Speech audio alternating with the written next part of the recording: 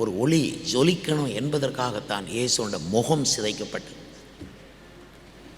நீங்கள் ஒரு ஆளை பார்த்த உடனே கண்டுபிடிப்பீங்க, இவன் ஆவிக்குரிய சபைக்கு போகிறவனா, சும்மா வேறு எங்கேயோ சர்ச்சுக்கு அவன் ஒரு பாரம்பரியமாக போயிட்டு வரானா, முகத்தை பார்த்தே தெரியும்.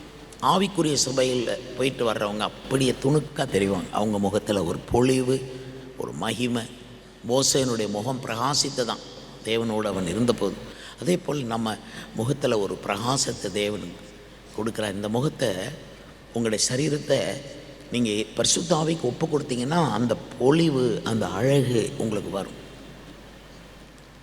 கர்த்தருக்கு ஸ்தோத்திரம். நிறைய பேருக்கு, நிறைய ஆண்களுக்கும் பெண்களுக்கும் ஒரு இது, நம்ம என்ன அப்படி நல்ல அழகாகவும் இல்லையே, நமக்கு பொண்ணு கிடைக்காது, மாப்பிள்ளை கிடைக்காது, நம்மளை யாரும் விரும்ப மாட்டாங்கன்னு சொல்லி ஒரு விரக்திக்குள்ளே போகிறாங்க. அப்படி இல்லை, கருப்பாக கோணி போய் மோசமான ஒரு உருவம் உள்ளவனாய், பல்லெல்லாம் நீண்டு அழுக்காய் அப்படி அவன் கிடந்தாலும், அவன் ரட்சிக்கப்பட்டு பரிசுத்தாய் பெற்றானா சரி, கொஞ்ச நாள் அவன் மேலே ஒரு மகிமை இருக்கும். கர்த்தருக்கு ஸ்தோத்திரம்.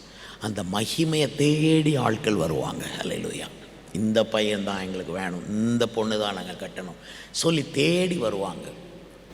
ஹல்லேலூயா, ஹல்லேலூயா. நீங்கள் சில பேர் உலகத்தார் மாதிரி சொல்லுவாங்க, என்னையும் தான் தேடி வராங்க.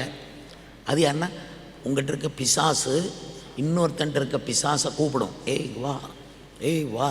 இப்படி தான் உலகத்தில் நடக்குது. ரட்சிக்கப்படாதவங்களுக்குள்ள பரிசுத்தாவி கிடையாது, அசுத்தாவி தான் இருக்குது. அதனால் அசுத்தாவி இன்னொரு அசுத்தாவியை கூப்பிடும், விருப்பத்தை கொடுக்கும். கொஞ்ச நாள் கழித்து, கல்யாணம் ஆகி கொஞ்ச நாள் கழித்து கடுமையான வெறுப்பை கொடுக்கும். பிசாசு அப்படியே பிளேட்டை மாற்றி போட்டுரும். விரும்பின விருப்பத்தை பார்க்கலும் வெறுத்த வெறுப்பு அதிகமானதுன்னு பைபிளில் இருக்குது.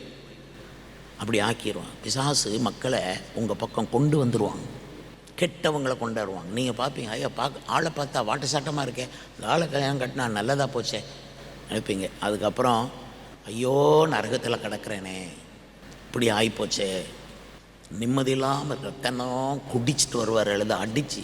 ஏன்னா பிசாசு எல்லாருக்குள்ளேயும் இருக்குது. பைபிளில் ஒரு மனுஷனை பற்றி சொன்னது, லேகியோன் பிசாசு, அவனுக்குள்ள 6000 பிசாசுகள் இருந்துச்சு. அப்போ நம்ம பிசாசு உள்ளவனை விரும்புகிறோம், அந்த அவனுக்குள்ளே இருக்க பிசாசு நம்மளை விரும்பும். அதுதான் பிரச்சனை. இது சொன்னால் நிறைய பேருக்கு தெரிய மாட்டேங்க. அனுபவித்த பிறகு தான் தெரியுது. வாழ்க்கையை இழந்த பிறகு, வாழ்க்கையை தொலைச்ச பிறகு, நிம்மதி இல்லாமல் போன பிறகு தான். அதனால் நம்ம திருமணமானவர்களோ திருமணம் ஆகாதவர்களோ நம்மளை மற்றவங்க விரும்பணும். நம்முடைய மனைவி பிள்ளைகள் நம்மளை விரும்பணும்னா நம்ம முகத்தில் ஒரு தெய்வீகம் இருக்கணும். பரிசுத்தாவி பெற்றால் சரீரத்திலே ஒரு மாற்றம் வரும். அவர் நம்முடைய சரீரத்துக்கும் இரட்சகராக இருக்கிறார்.